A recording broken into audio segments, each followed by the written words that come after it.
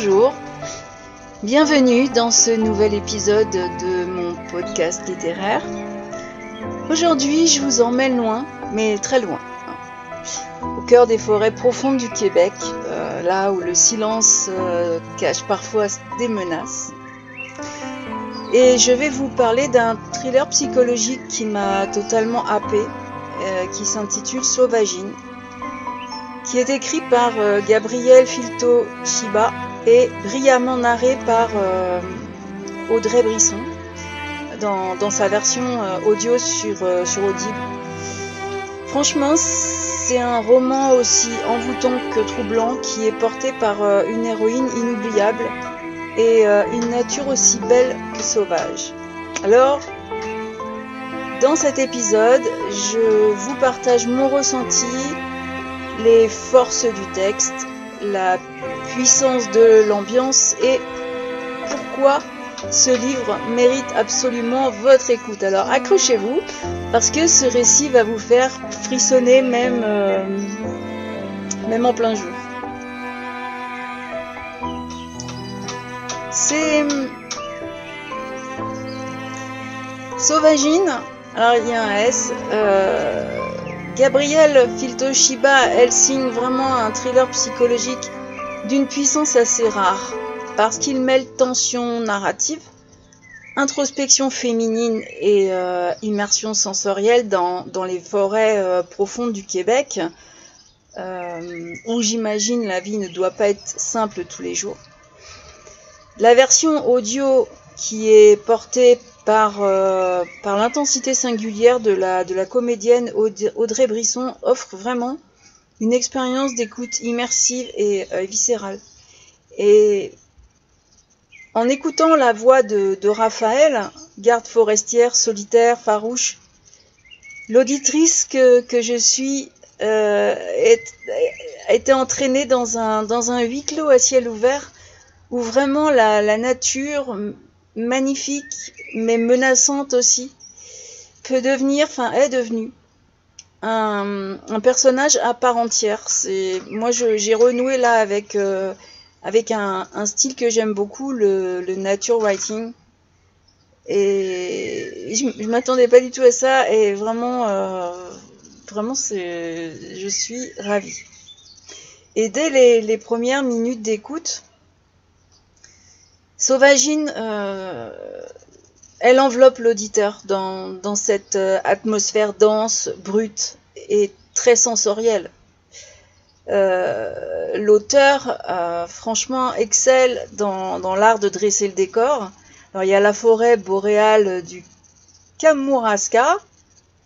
Je ne connais pas, mais c'est un territoire majestueux, sauvage, indompté. On le sent dans le récit. Les descriptions naturalistes sont précises sans être pesantes, mais elles font vibrer les sens et on a l'odeur de la terre humide, les bruissements du vent dans les branches et même les traces fraîches dans la neige. On sent le froid nous mordre. La solitude, la solitude m'a enveloppée. C'est vrai que c'est assez curieux par moments. Et il y a aussi des regards invisibles qui guettent dans l'ombre. L'atmosphère, elle est vraiment très particulière. Et l'auteur est un peu particulière. Elle puise dans ses propres expériences de vie en région reculée pour rendre et c'est ça qui en fait, à mon avis, tout ce qui est aussi sensationnel, parce qu'elle rend palpable la tension entre la beauté et le danger. La forêt devient à la fois refuge et piège, théâtre d'une chasse à l'homme insidieuse, où le prédateur n'est pas forcément celui qu'on croit. Il y a Raphaël dans les personnages qui est l'âme vibrante de ce roman. Elle est garde forestière, aguerrie, une quarantaine, elle vit seule dans sa roulotte et elle est accompagnée de sa fidèle chienne Coyote, dès les premiers instants, elle séduit à l'écoute par sa force, sa résilience, mais aussi sa vulnérabilité qui est totalement assumée. C'est une femme libre, c'est une femme indépendante, c'est une femme aussi écorchée par la vie, mais jamais soumise. Sa solitude, elle n'est pas triste, elle n'est pas héroïque non plus, elle est choisie, elle est revendiquée et presque militante. Alors, évidemment, le style de l'auteur, Gabriel Filtoshi Ba, je vais essayer de pas écorcher son nom. Elle a un style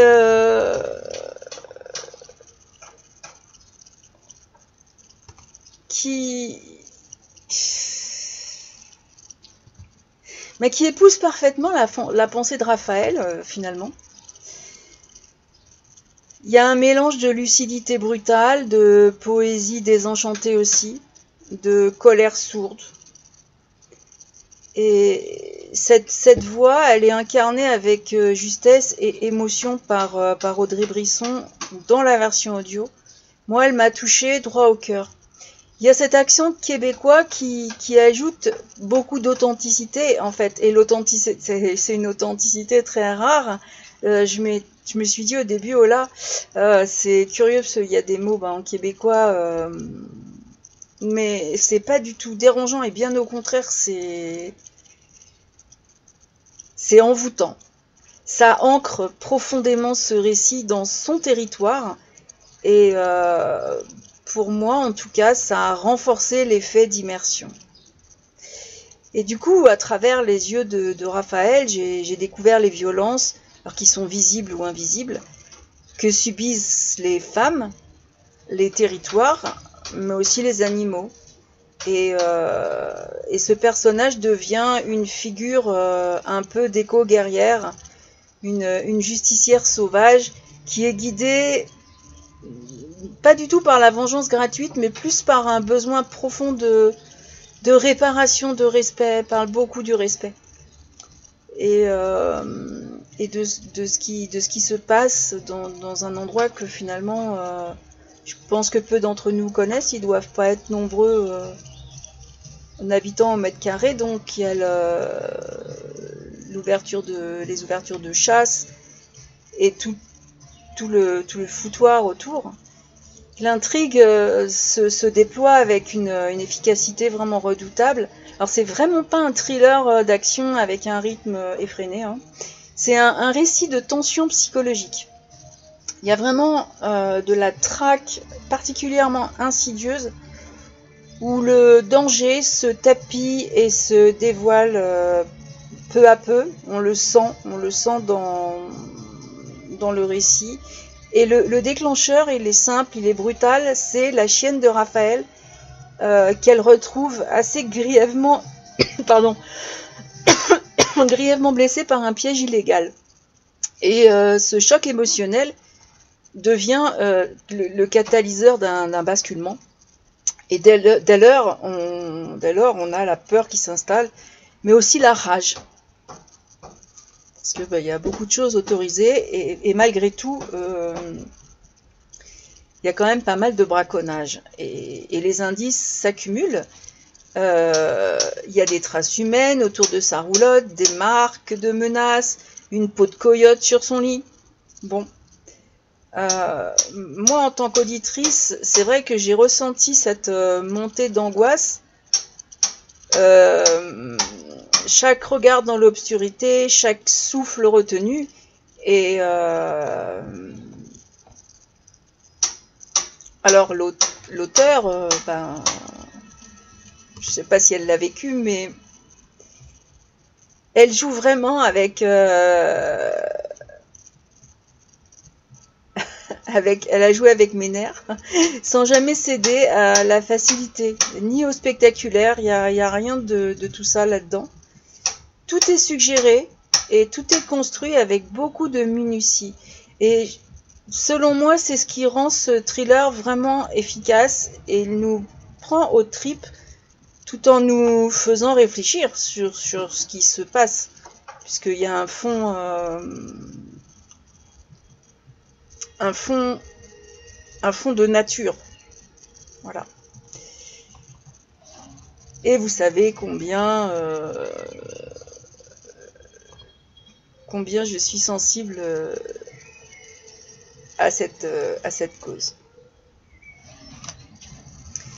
Mais il y a peu de personnages en réalité, mais autour de Raphaël, il y a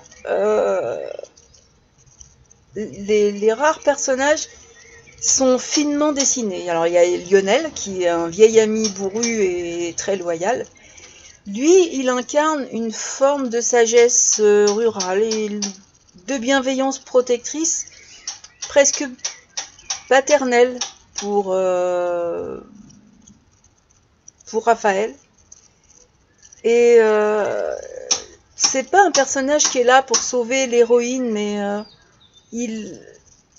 comme je vous ai dit, c'est très paternaliste. Il va la soutenir dans sa lutte et la reconnaître dans sa force.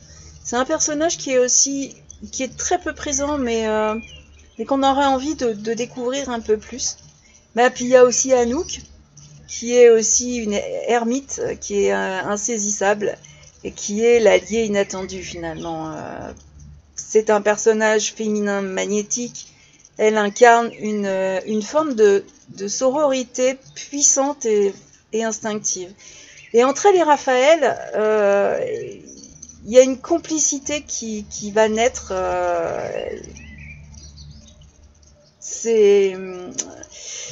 Je veux pas spoiler, donc je fais attention. Une alliance qui va naître de la terre, du silence et d'une sorte de colère commune. Et ce duo féminin est vraiment très très loin des stéréotypes, mais n'empêche qu'il fait toute la richesse du roman, parce que bon, comme il n'y a pas énormément de personnages. Alors Sauvagine, eh ben c'est un thriller, mais c'est pas que ça. C'est vraiment un manifeste. Et vraiment l'auteur, il dénonce la violence faite aux femmes, aux animaux, à la nature. Elle tisse des liens entre ces trois formes d'oppression. Elle les met en parallèle. Par contre, ça tombe jamais dans le didactisme. C'est vraiment très très bien. Alors rédigé, je ne sais pas parce que j'ai pas lu la version écrite, mais en tout cas dans le récit, ça reste profondément incarné. C'est porté par des émotions brutes, des choix radicaux et des silences éloquents. Bon alors c'est vrai que depuis que j'ai découvert l'audio, j'ai ma lecture, je lis dans la journée, le soir ou très tôt le matin, j'ai tendance à me plonger dans l'audio. Ouais. Et du coup, cette portée engagée, elle est couplée à la puissance narrative et ça rend ce roman mais marquant, c'est incroyable. Il bouleverse autant qu'il captive, il questionne autant qu'il divertit.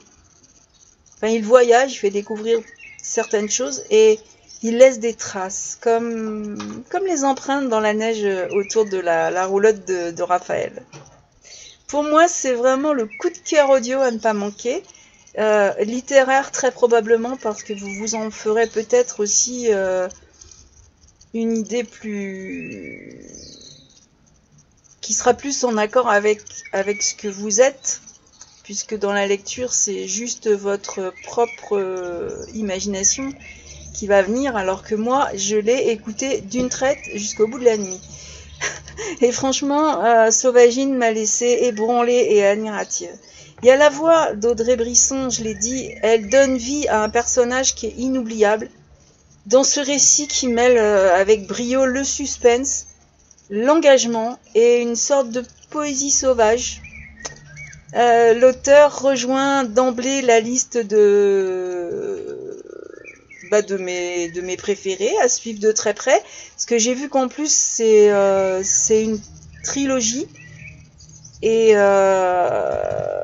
y a un autre opus qui est inclus dans mon abonnement sur lequel je vais me jeter. Donc,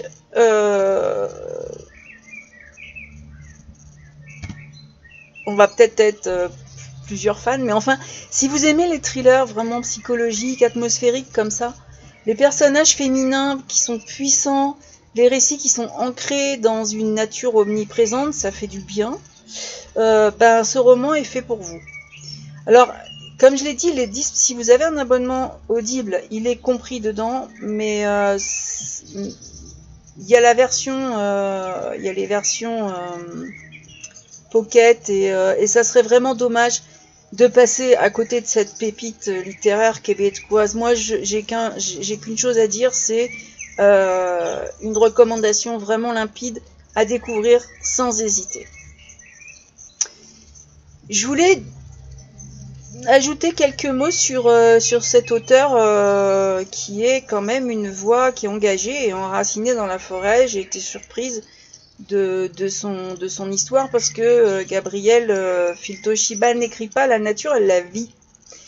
Elle l'habite et la défend. En fait, en 2013, elle quitte la ville pour s'installer seule dans une cabane en bois au cœur de Kamouraska. Et j'ai pas l'impression qu'il y fasse très chaud. Alors la cabane en bois, c'est déjà un beau pari. C'est une région sauvage de l'Est québécois.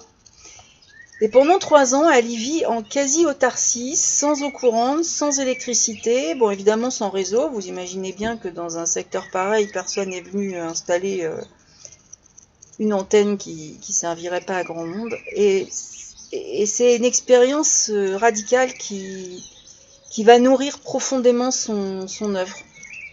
Et j'ai découvert cet auteur, en fin de compte, après avoir lu. J'ai recherché un peu qui elle était, parce que je connaissais vraiment pas du tout. Et du coup, de cette retraite, naît une trilogie littéraire qui est vraiment enracinée dans cette terre. Donc la trilogie, apparemment, dans l'ordre, c'est Encabané, donc Sauvagine, dont je viens de vous parler, et puis Bivouac. Je crois que celui-là, c'est celui que j'ai pris, donc c'est la suite de Sauvagine. Et c'est 3 romans qui sont liés par une même quête de liberté, d'écologie, de sororité. Elle est quand même traduite en 6 langues, comme quoi ça intéresse pas mal de lectrices, de lecteurs, et elle est saluée par la presse comme par les libraires, et ses œuvres sont aujourd'hui en cours d'adaptation au cinéma.